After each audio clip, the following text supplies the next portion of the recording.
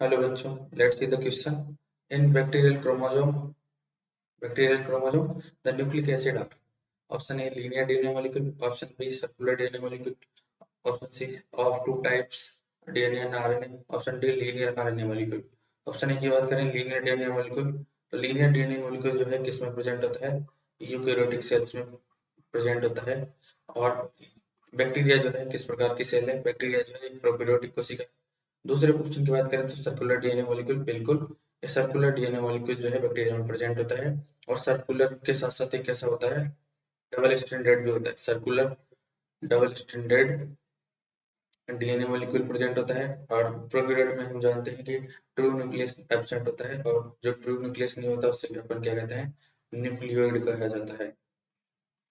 Nucleoid कहा जाता है। और ये प्रिमिटिव टाइप का न्यूक्लियस हो जाएगा। इसके अराउंड जो है, इसमें न्यूक्लियक मैटर के अराउंड जो है किसी प्रकार की सेल नहीं पाई जाती, किसी प्रकार का कवरिंग नहीं पाया जाता। केंद्रक जो आवरण होता है वो न्यूक्लियर मेम्ब्रेन्स यहाँ पे एब्सेंट होती है। ये जो होता है कैसे नेकेड डीएनए होता है न्यूक्लियोइड, जिसमें double stranded circular DNA present होता है। और तीसरे ऑप्शन की बात करें अपन तो of two type of DNA and RNA लिखा हुआ है। तो जब भी ध्यान रखना, जब भी डीएनए जेनेटिक मटेरियल होता है तो आरएनए की नेचर कैसी होती है, आरएनए नॉन जेनेटिक होगा। जहां भी जिस भी सेल में डीएनए जेनेटिक मटेरियल है वहां आरएनए नॉन जेनेटिक होगा। तो या डीएनए जब जेनेटिक मटेरियल है तो आरएनए जेनेटिक मटेरियल नहीं हो सकता है। और आरएनए की बात करें, इसमें आरएनए लिखा हुआ है तो याद रखना जहां भी आरएनए जेनेटिक मटेरियल होता है वहां डीएनए एब्सेंट होगा। अगर आरएनए जो है वो जेनेटिक मटेरियल है और जनरली वायरस में देखने को मिलेगा। और वहां पे जो है डीएनए एब्सेंट होगा। डीएनए की एब्सेंस में ही आरएनए जो है जेनेटिक मटेरियल के रूप में कार्य कर सकता है। जब डीएनए प्रेजेंट हो तो डीएनए ही जेनेटिक मटेरियल के रूप में यूज आएगा। लीनियर आरएनए मॉलिक्यूल जो है किस में प्रेजेंट होगा, ये वायरसेस में पाया जाता है।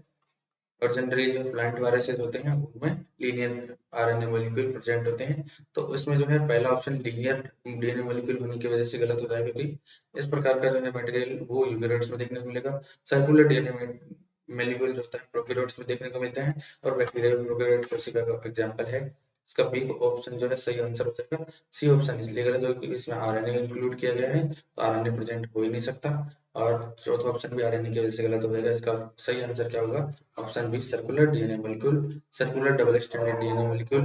और इस circular double stranded DNA molecule को ही बैक्टीरिया में क्या कह दिया जाता है, क्रोमोसोम कह दिया जाता है।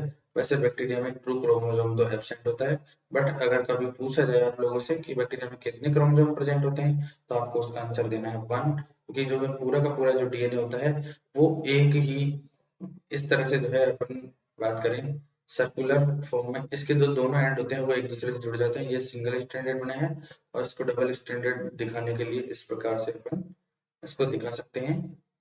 ये दो इसके जो फ्री एंड इसमें नहीं प्रेजेंट होते हैं, तो फ्री एंड ना प्रेजेंट होने की वजह से ये कैसा होता है, सर्कुलर होता है। और इसके लिए इसको एक सिंगल क्रोमोसोम कहा जाता है।